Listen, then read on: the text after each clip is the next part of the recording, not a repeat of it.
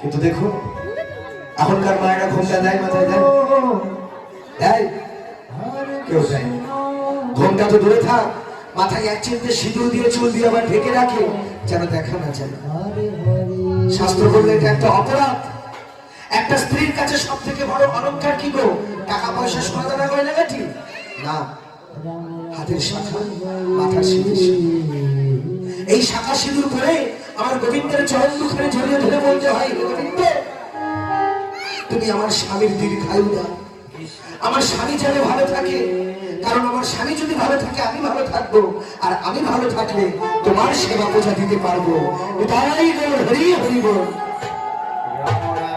রাধারানী হচ্ছে পর স্ত্রী, পর রমণী। আয়ান ঘোষের স্ত্রী হচ্ছে রাধারানী, তাই তার লজ্জা বেশি। তাই তো দূর থেকে বলছে প্রাণনাথ তুমি আমার বসন নিয়েছ।